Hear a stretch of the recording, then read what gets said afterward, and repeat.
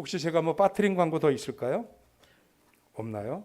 그러면 성경 말씀 보겠습니다. 성경 말씀은 사도행전 5장 29절에서 32절까지 말씀입니다.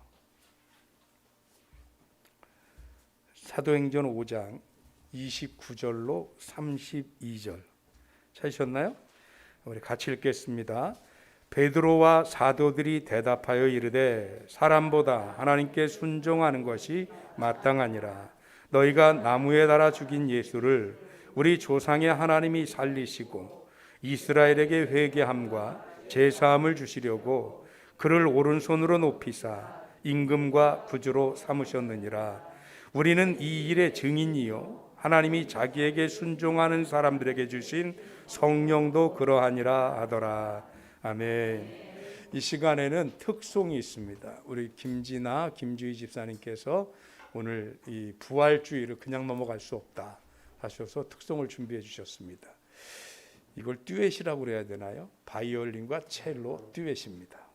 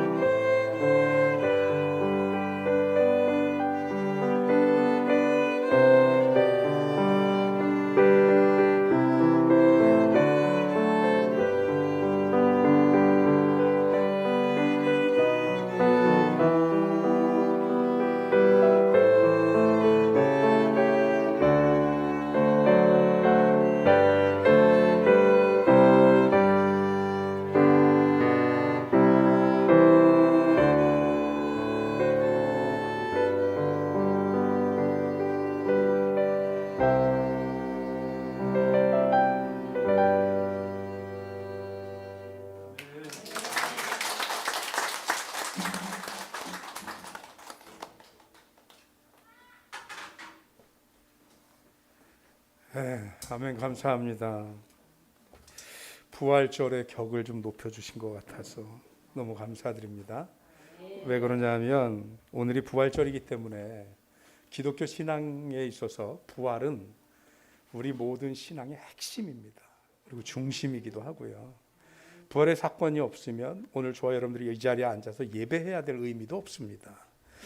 그런데 우리 든든히 서가는 교회 성도님들께는 제가 너무 죄송하고 또 미안하고 안타까운 것은 이 놀라운 부활절 이 축제를 우리가 지금 건축 중이라 임시 예배 처소에서 예배 드리느라 남의 집에 못자국도 낼 수 없고 또 테이프 붙였다 또 페인트 떨어지는 것도 죄송하고 이래서 그냥 이렇게 드릴 수밖에 없는 게 너무 안타까워요. 저희가 작년 부활절만 해도 저쪽에서 드렸거든요. 그런데 이런 일을 겪으면서 너무 죄송하기도 하고 미안하기도 하고 그래도 부활절이 되게 허전할 뻔했는데 그래도 이렇게 멋지게 현악 트리오를 해주시니까 그러니까 부활절이 뭔가 좀 이렇게 좀 만들어진 것 같고 채워진 것 같아서 너무 감사합니다. 한 번 더 박수하겠습니다. 그런데 이 부활절을 지나면서 사실은 여러분들에게 조금 안타까운 이런 모습이긴 하지만 조금만 기다리시면 한 3, 4개월만 지나면 우리 이제 저쪽 세송전에서 예배드릴 수 있어요. 네, 그럼 거기서는 좀 넉넉하고요. 이 소리도 멋지게 마이킹을 제대로 해서 웅장하게 소리 내면서 할 수 있을 겁니다. 그때를 기리고 좀 위로 받으셨으면 좋겠습니다. 저는 뭐 당연히 지금 우리가 어떤 의식이나 이런 어떤 뭐 이벤트나 이런 걸 가지고 부활의 의미를 온전히 살리는 데는 사실은 한계가 있어요. 이런 거 한다고 부활의 의미를 다 살리는 건 아니에요. 지금 이 정상적인 교회들, 큰 교회들은 이보다 훨씬 요란하게 뭘 많이 하거든요. 근데 그렇다고 부활절의 의미가 살아나느냐? 그건 아니라는 거죠. 이 외형적인 것 말고 사실은 신앙적이고 영적인 의미에서 부활을 온전히 우리가 지켜낼 수 있을 때 부활의 의미를 살려낼 수 있습니다. 그러니까 오늘 우리가 다른 거, 형식적인 거, 또 외형적인 거는 우리가 이런저런 환경적 제약 때문에 어려울지 몰라도 오늘 우리가 함께 말씀 듣고 우리가 마음으로 간절히 하나님 앞에 나가면서 이런 내적인 또 영적인 부활의 의미를 좀 더 살릴 수 있는 저와 여러분들이 되시기를 주님의 이름으로 축원합니다. 오늘 성경에 보면 아주 중요한 부활의 사건을 증언하는 장면이 나옵니다. 오늘 우리가 읽은 사도행전 이 말씀을 배경을 조금 설명드리면 예수님을 따라다니던 제자들이 사실은 예수님을 3년간이나 따라다녔지만 예수님에 대한 믿음은 없었어요. 그래서 예수님이 십자가에 달리시려고 하니까 그것 때문에 붙잡히시니까 제자들이 다 어떻게 했어요? 뿔뿔이 흩어지고 도망갔죠. 그들이 예수님을 알기는 했지만 믿지는 않았던 것 같아요. 그런데 그들이 언제부터 믿음이 생겼느냐? 부활하신 주님이 그들을 일일이 쫓아다니면서 만나서 다시 모아놓으셨어요. 그리고 당신이 부활을 제자들에게 보이셨고 40일 동안 그들과 함께 지내시면서 부활하신 주님이 유령도 아니고 환상도 아니고 실질적인 부활의 주님이라는 것을 그들이 단순히 정보로만 아는 게 아니라 삶으로 같이 살면서 느낄 수 있게 하신 거예요. 그리고는 40일 동안 함께 하시다가 승천하시면서 뭐라고 그랬어요? 예루살렘을 떠나지 마라. 예수님이 부활하셔서 하늘에 가심으로 가능해지는 성령, 보혜사 성령 돕는 영을 너에게 보낼 터이니 떠나지 마라. 그리고 그 성령이 제자들에게 임했습니다. 그랬더니 성령에 감동이 된 이 제자들이 거리로 뛰쳐나가서 예수님의 복음을 전하기 시작하는 거예요. 그런데 이게 생각보다 굉장히 반향이 컸습니다. 성경에 보니까 제자들이 나가서 복음을 전했더니 그 복음의 전파되는 속도가 얼마나 컸는지 하루에 3,000명 혹은 5,000명씩 돌아와 회개하고 세례를 받았다는 기록이 있습니다. 어마어마한 거죠. 한 달이 아니고요. 난 우리 교인들이 이 배포에 내가 가끔씩 놀라는 거예요. 하루에 3,000명이라니까요. 근데 그렇게 많은 분들이 와서 좌우지간 돌아와서 회개하고 이러니까 당시대의 제사장들과 그리고 율법학자들, 이 사람들이 다 누구예요? 그 당시 종교 기득권층들이죠.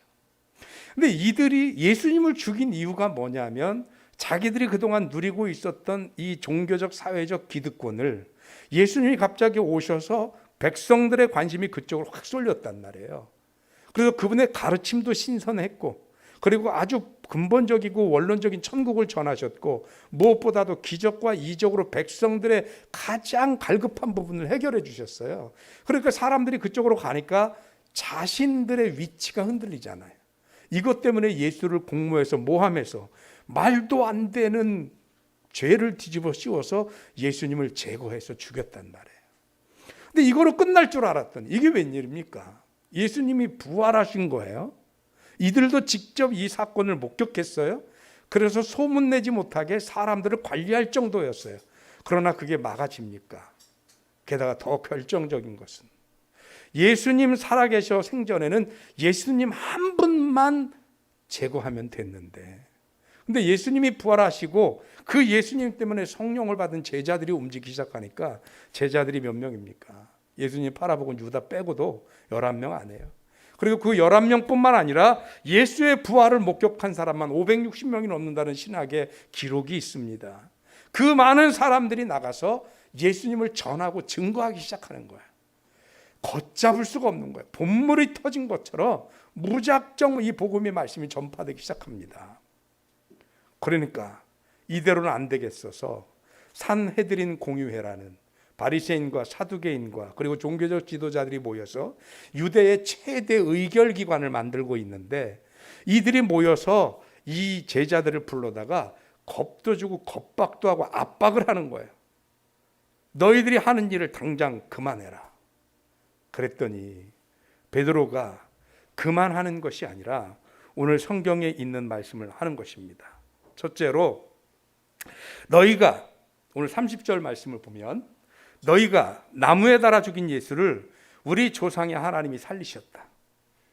그래서 이스라엘에게 회개와 죄사함을 통해서 우리에게 구원을 주시려고 그의 오른손으로 예수님을 높여서 우리의 임금과 구주로 삼으셨다. 그리고 우리는 이 일의 증인이다. 이런 얘기를 하면서 그들이 하는 말에 이런 반구도 비치지 않습니다. 그러면서 베드로가 한 말을 좀 추격해 보면 그 메시지가 선명해집니다. 첫째는 뭐냐? 너희가 예수를 죽였다.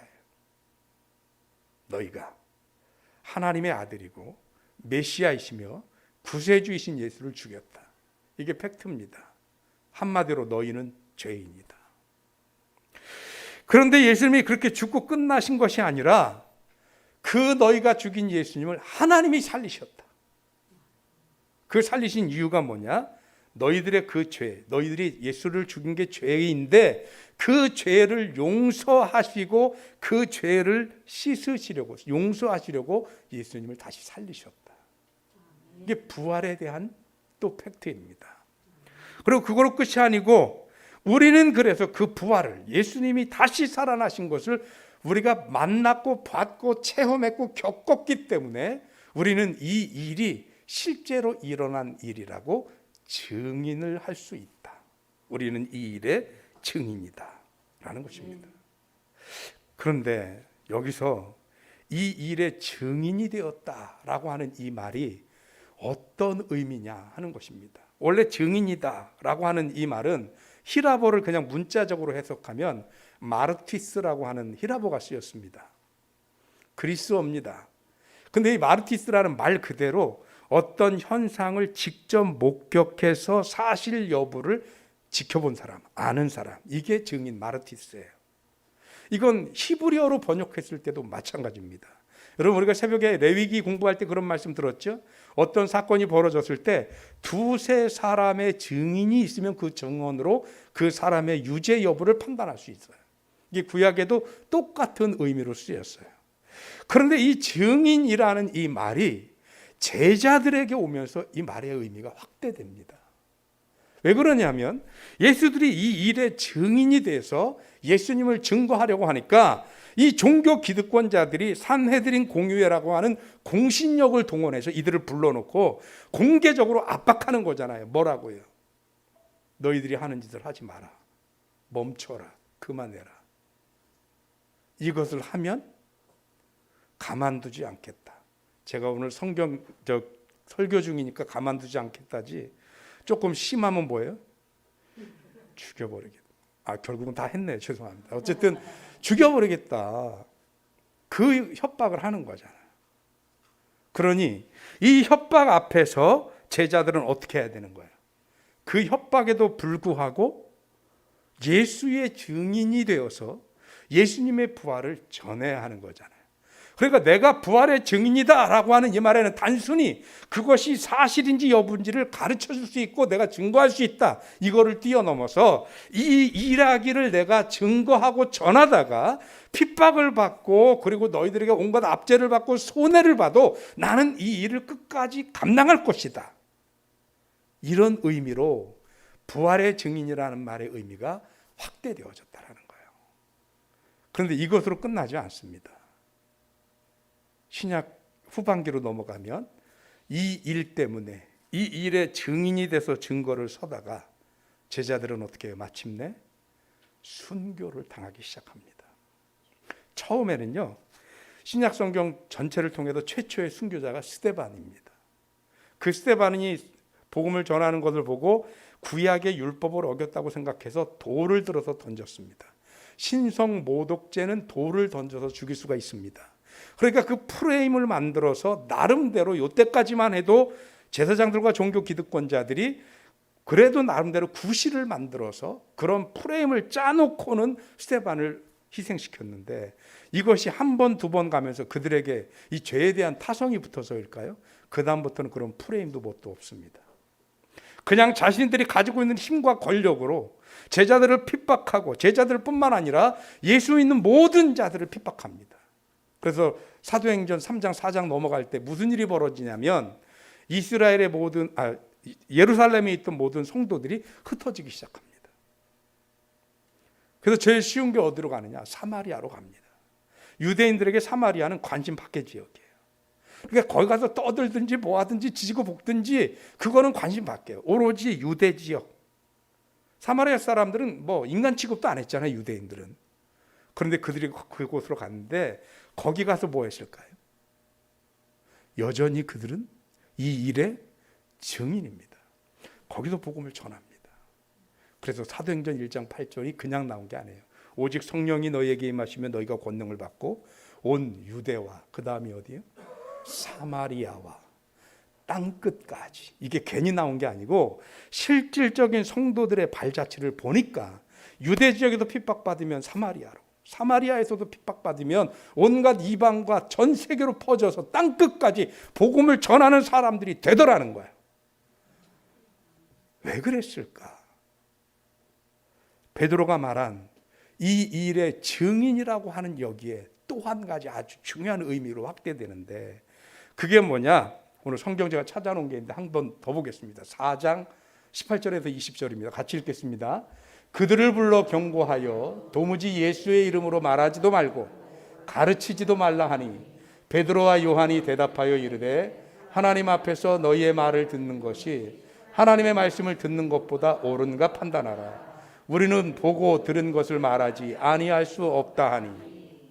이 성경이 지금 뭘 의미하는 거냐면 하도 복음을 전하니까 협박하는 거 아니에요. 말하지도 말고 가르치지도 말라. 그런데 여기에 대해서 베드로하고 요한이 대답한 거예요.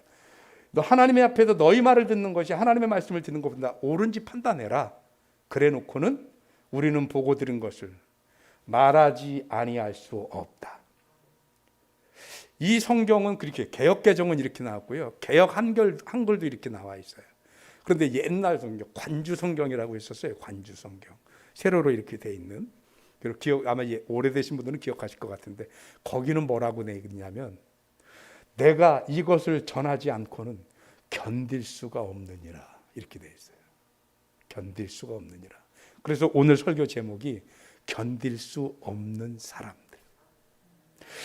베드로가 예수님의 부활을 경험했습니다. 성령의 인도하심과 역사하심을 경험했습니다. 그랬더니 이걸 견딜 수가 없는 거예요. 왜 그러냐? 사람은요, 내가 뭘 알잖아요. 남들 모르는 거. 그러면 그거 말 못하면 병나요. 그래서 애들 동화에도 있잖아요. 임금님 귀는 당나귀 귀. 아시지요? 이발사가 임금님이 귀가 당나귀처럼 생겨갖고 웃음거리가 되니까 그게 공개되기 싫어서, 그래서 극비리의 이발사를 구해서 조건이 있는 거죠. 이걸 말하는 날에는 죽는다. 그러니까 머리만 잘하고 가서 입 다물고 살아라. 근데 이거를 알고 와가지고 모르면 모르겠는데, 안 봤어야 되는데, 이거 보고 온 걸 아무한테도 말을 안 하려고 그러니까 병이 되는 거예요. 병이. 여러분 옆에 있는 분한테 제발 이런 말 하지 마세요. 이거 아무도 알면 안 돼. 당신한테만 말하는 비밀이야. 그분 병나요. 그런데 병 안 나려면 그분 얘기해야 되거든요. 뭐라고 얘기하는 줄 알아요? 아무개 집사가 아무한테도 말하지 말랬어. 당신한테만 말하는 거야. 그것까지 얘기해 준다니까요. 그러니까 그러지 말고 소용없어요. 왜? 사람은 뭘 알면 말 못하면 죽어요. 그래서 이 이발사도 하다 안 되니까 사람한테 말하면 새 나갈까 봐 수수밭에 가서 말했다는 거 아니에요. 그래서 수수밭에다 대고 임금님께는 당나귀기 나름대로 속삭였겠죠. 근데 이게 웬일입니까? 바람만 불면 거기서 남들은 모르는데 자기 귀에는 임금님 귀는 당나귀가 나오는 거죠. 본인이 못 견디는 거예요. 사람은요, 뭔가를 알면 전하지 않고는 견딜 수가 없는 겁니다. 제가 아는 목사님은 60이 넘어서 박사학위를 받았어요. 공부하는 거에 아주 한이 맺힌 거예요, 이분이. 근데 뭐 되게 유명한 박사학위는 아니고요. 저 필리핀 가면 1년에 한 몇 번 갔다 오면 이렇게 주는 학위를. 그런데 어쨌든 그 학위를 받으셨어도 학위고 나름 논문도 쓰시고 이런 거예요. 근데 이걸 어디다 뻐기고 자랑을 하고 싶은데 어디 필리핀에서 가져온 학위를 가지고 강단에 올려주는 대학이 어디 있어요? 별로 없죠. 그러니까 늘 그게 이분한테는 좀 자기가 뭐 어디 가서 좀 이거 좀 자랑, 이게 안 되는 거죠. 그래서 제가 후배들을 몇 명 모았습니다. 그리고 그분이 논문 쓴 거를 한번 발표하실 수 있도록 후배들 한 20명 안팎 되는 친구들을 모아서 했어요. 그리고 나름 기대했어요.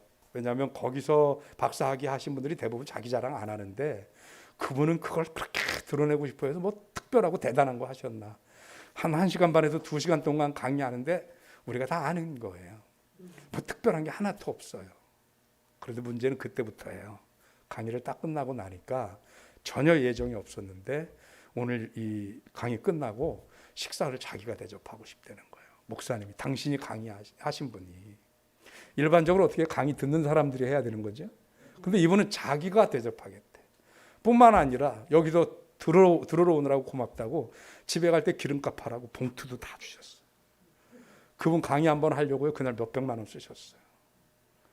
근데 그 뒤로 그분에게 제일 사랑스러운 후배는 저예요. 왜냐하면 자기가 자랑할 수 있는 장을 만들어줬다는 거예요. 그러니까 뭐 조금 알면 사람은 말하고 싶은 거예요.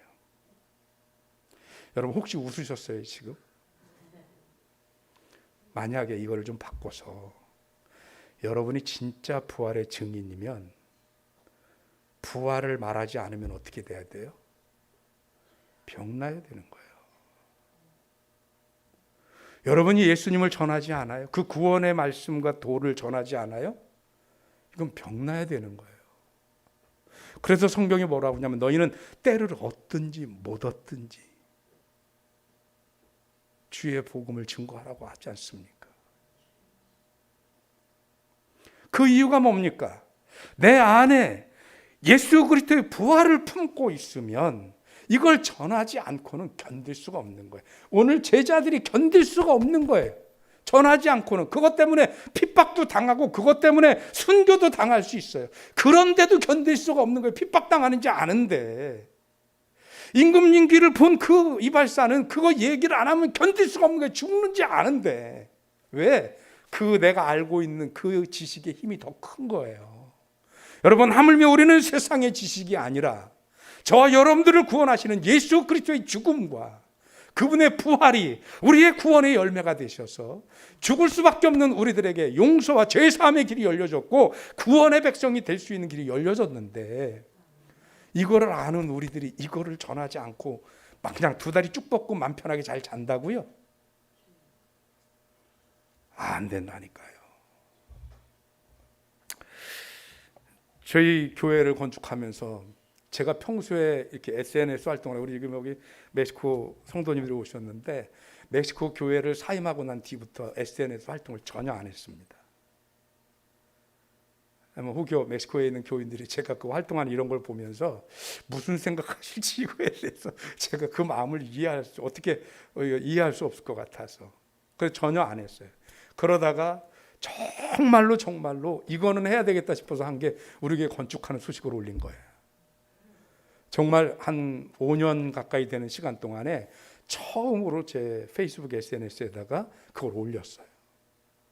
그랬더니 많은 분들이 막 댓글을 달거든요. 왜 그러냐면 저도 우리 교회 건축하는 거를 이거를 어딘가에다가는 자랑하고 싶은 거예요. 저도 우리끼리는 이게 되는데 그렇다고 또 다른 교회나 목사들한테 전화해서 우리 교회 건축 이럴 수도 없잖아요. 그래서 페이스북에서 자랑을 한 거죠. 그랬더니 제 기대에 맞게 진짜 수십 명이 댓글을 달아주고 뭐 응원해주고 얼마나 감사했는지 몰라요. 전하지 않고 못 견딘다니까요. 그러면 이쯤 되면 여러분들의 마음에 무거운 짐이 하나 생기겠죠. 목사님 결국은 전도해야 되는 건가 보죠. 어떻게 돼?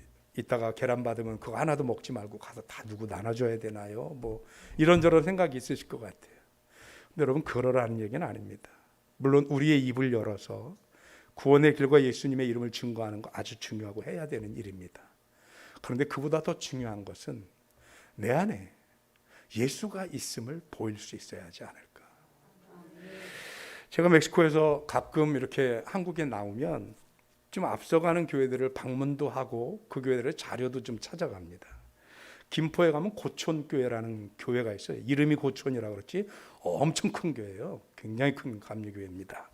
그런데 그 교회에 갔다가 그 교회는 문화사역을 열심히 잘하고 있더라고요. 근데 그중에 조그만 소식지 같은 거를 발간을 하는데 그 내용이 너무 좋아요. 그래서 나중에 혹여 기회가 되면 우리도 그걸 좀 따라했으면 좋겠다 싶어서 그거를 이렇게 몇 개의 이렇게 차수대로 뭐 25, 26거 이렇게 몇 개를 가지고 들어갔는데 그 형식을 흉내내려고 이렇게 보다가 거기 써 있는 사연을 하나 보게 된 거예요. 그 고촌이라는 동네에 세탁소가 5개가 있었대요. 그런데 거기가 옛날에는 시골이었기도 세탁소가 하나였었는데 막 지역이 개발되면 요즘 김포 뜨는 거 아시죠? 그래서 막 개발되니까 요즘은 그 세탁소도 프랜차이즈가 있다고 그러네요. 그래서 뭐 컴퓨터 클리닝하고 뭐 해서 어마어마하대요. 그런 것들이 잘 기계도 좋고 또 뭐 넥타이나 이런 것들은 맡기면 뭐 오전에 맡기면 오후에 찾아갈 수 있고 막 그런가 봐요. 그래서 그것들이 들어오면서 제일 오래된 그 세탁소가 망하지 않을까. 그런데다가 이 목사님 거기서 오래되셨으니까 그 오래된 세탁소의 주인이 농아인 부부라는 거예요. 농아인. 그러니까 경쟁력에서 많이 떨어지잖아요. 그런데 이 농아인 부부인 이 집이 그 5개 세탁소 중에 영업이 제일 잘 됩니다. 전체 세탁물의 50% 이상이 이 집으로 가는 거예요. 도대체 뭘까? 이분들이 좀 친절할까? 그래서 가보면 아니, 친절도 어느 정도라 해야지. 말이 돼야 뭐 안녕하세요 오셔서 말이 안 되니까 이것밖에 안 되시잖아요. 이게 수화를 해야 돼. 수화 사람들이 못 알아들으니까. 그리고 이분들이 수화를 하면 사람들이 하는 말 속도처럼 해야 되니까 막 이렇게 해서 조금 좀 오히려 좀 어지러워요. 그러니까 뭐 친절하고 뭐 이런 것도 없어 보이고 세탁물이 특별히 더 뭐 싸거나 이런 것도 아니고. 근데 그 집이 이렇게 장사가 돼요. 그래서 늘 신기하다. 저 집에 뭐가 있을 텐데 그러고 있다가 하루는 새벽 예배를 마치다가 그 집 앞을 이렇게 지나가는데 그 집에 부인 되시는 분이 빗자루를 들고 길을 쓸기 시작하더라는 거예요. 그래서 목사님이 한번 지켜봤더니 2시간에 걸쳐서 그 골목 그냥 골목 비교적 큰 대로인데 저 끝에서 저 끝까지를 2시간에 걸쳐서 쓰시더래요. 그걸 자세히 지켜봤대요. 그 뒤로. 그랬더니 비가 오나 눈이 와서 막 복숭아뼈가 차들어오고 오면 얼마나 그걸 쓸기가 힘들어요. 근데도 아침에 가면 그 길에 있는 분들은 눈이 왔다는 것을 채 못 느낄 때가 더 많대요. 그분이 눈이 쌓이기도 전에 다 쓸어버렸어. 대화는 안 나눠봤지만 그분의 생각에서 자기가 할 수 있는 일로 자기 같은 사람들의 가게를 와주는 이들에게 보답할 수 있는 게 뭘까? 뭘 할 수 있는 게 없는 거죠. 특별히 누구처럼 말을 번지르하게 할 수 있는 상태도 아니고. 그런데 어느 날 마당을 쓸어서 사람들이 좋아하니까 아 그래 우리 가게를 와주는 분들이 기분 좋게 오게 쓸기 시작해야 되겠다 한 것이 근 20년 동안 그 길을 쓸으셨다는 거예요. 그래서 목사님이 그때도 결론을 내리셨대요. 아, 이 집은 장사가 되는 이유가 이거였구나. 이렇게 사람들에게 섬기니까 사람들은 그들의 상수를 본 것도 아니고 그들의 수완을 본 것도 아니고 그들의 진심을 봐서 그래서 이 집을 가주는구나. 여러분, 우리 안에 뭐가 있는지는 우리의 행실을 보면 사람들이 알 수 있습니다. 우리의 화려한 언변이 중요하지 않습니다. 우리의 뭔가 특별한 메리트가 없어도 됩니다. 그저 이분들처럼 내 안에 예수가, 내 안에 부활이, 내 안에 구원이, 내 안에 생명이 이게 있음을 한결같이 보일 수만 있다고 한다면 우리는 이 일에 얼마든지 큰 증인이 될 수 있다는 겁니다. 지치지 않으셔야 됩니다. 왜? 우리는 이것이 내 안에 있으면 견딜 수가 없어요. 표현을 해야 돼요. 보여야 돼요. 이것을 보일 수 있는 저와 여러분들이 되셔서 이 일의 증인이 되시고 내 안에 있는 복음 때문에 하나님의 백성대로 살지 않으면 견딜 수 없는 저와 여러분들이 되어주시기를 주님의 이름으로 축원합니다. 기도하겠습니다. 하나님 고맙습니다. 귀한 은혜 주셔서 우리로 하여금 주님의 부활의 열매가 되게 하시고 구원의 백성이 되게 하심을 감사드립니다. 내 안에 구원이 있고 내 안에 예수 그리스도께서 계시기에 우린 더 이상 견딜 수 없어서 우리의 입으로 증거하면 물론이거니와 우리의 삶으로 행실로 행동으로 마음으로 내 안에 있는 예수님을 증거하고 드러낼 수 있는 주의 백성들이 되게 하여 주옵소서. 예수 그리스도 이름으로 기도하옵나이다. 아멘. 우리 함께 찬양 마라나타 할 텐데요. 여기 있는 말씀대로 주님이 오실 수 있는 길을 만들기 위해서 내 안에 있는 예수를 세상에 보이는 저와 여러분들 되셨으면 좋겠습니다.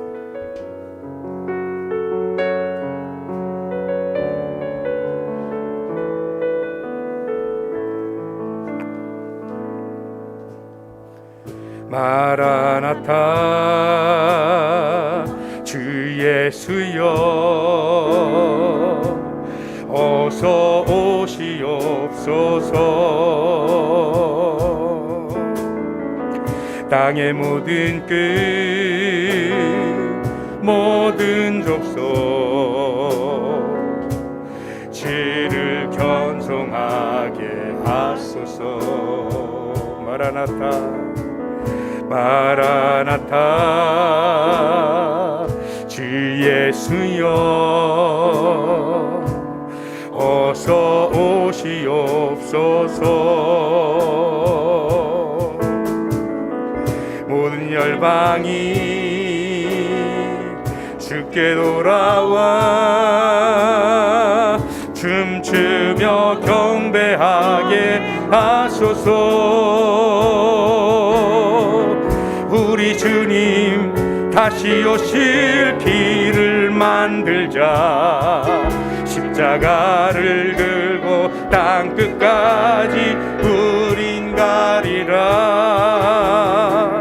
우리 주님 하늘 영광 온 땅 덮을 때 우린 땅끝에서 주를 맞으리. 마라나타 마라나타 아멘. 주 예수여 오시옵소서.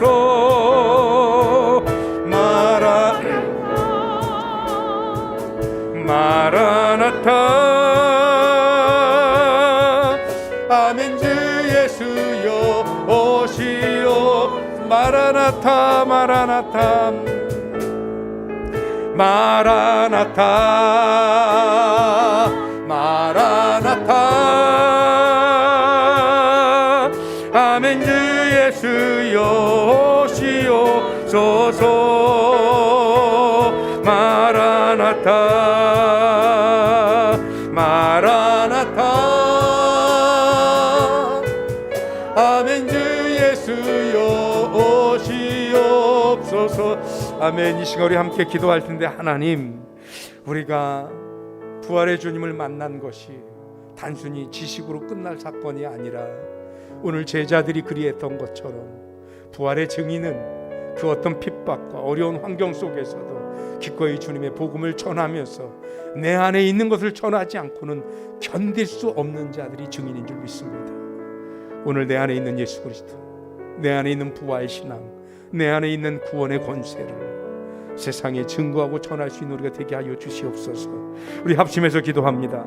하나님 고맙습니다. 하나님의 귀한 은혜를 허락하여 주시옵시고, 주의 귀한 은혜, 하나님의 사랑 살아갈 수 있는 우리가 되게 하여 주시옵시고, 주의 귀한 은혜대로 주의 귀한 사랑대로 살아가는 주의 자녀들에게 하나님의 도와주시는 간절히 바랍니다.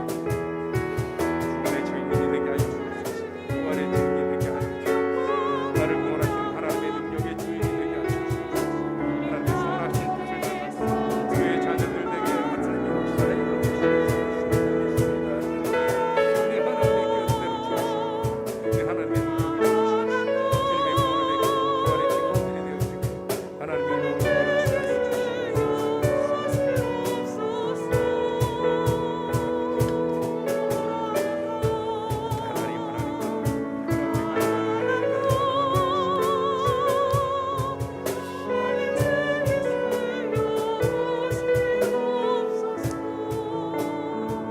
아멘.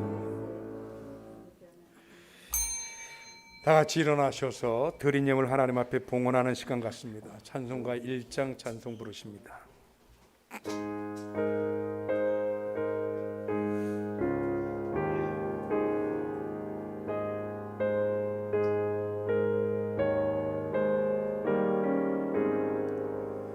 만복의 근원 하나님, 온 백성 찬송 드리고 저 천사여 찬송하세. 찬송 성부 성자 성령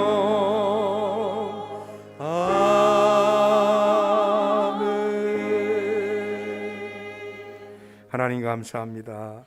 오늘 하나님 앞에 나오는 사랑하는 성도들, 이 부활의 아침에 우리를 구원하신 하나님의 놀라운 희생과 또 어둠의 권세, 죽음의 권세를 이기고 승리하신 주님의 부활의 능력을 우리 안에 품고 이제는 그 일의 증인이 되기를 소원하고 있음에 하나님의 귀한 능력으로 성령의 도우심으로 함께하여 주시옵소서. 오늘 예배드리는 성도들, 저들의 마음과 뜻과 성을 다해서 귀한 예물을 구별해 하나님 앞에 드렸습니다. 이 예물이 하나님 앞에 온전히 드려지고 받으시는 예물은 물론이거니와 이 예물이 쓰여질 때 하나님의 복음이 증거되고 주님의 나라가 확장되며 예수의 이름이 전파되는 놀라운 역사가 일어나게 하여 주시옵시고, 또 귀한 예물을 구별해드린 손길들 하나님이 축복하시어서 저들의 곳간과 저들의 가정이 물질로 어려움 당하지 않도록 채우시고 넘치도록 복을 허락하여 주시옵시며, 신명기 28장의 말씀대로 저들이 들어가도 나와도 앉았다 일어나도 만졌다가만 놓아도 복이 되는 복의 근원이 되게 하여 주시옵소서. 저들의 떡반죽 그릇이 넘치게 하시고 저들의 11조가 많아지게 하여 주시옵시며, 저들의 기도에 권세와 능력이 있어지도록 주님이 복에 복을 더하여 주시옵소서. 지금은 우리 주님 예수 그리스도의 은혜와 하나님의 극진하신 사랑과 성령의 감화 감동 살아 역사하시고 축복하시는 은혜가 이제 부활의 증인이 되어 전하지 않고는 견딜 수 없어서 그리스도의 놀라운 사랑과 은혜와 내 안에 예수가 살아계심을 증거하고 전하고 살아내기를 소원하는 사랑하는 든든히 서가는 교 모든 성도들의 머리 위에와 저들의 가정과 경영하는 기업들과 자녀들과 그 믿음의 도전 위에 이제로부터 영원토록 함께하여 주시옵기만을 간절히 축원하옵나이다. 아멘. 주여 믿습니다. 하나님 도우시고 주님에게 하신 은혜로 주님에게 하신 능력으로 채우셨소. 하나님의 선하신 뜻이 저들에게 함께하여 주시옵소서. 아버지 도와주시옵소서.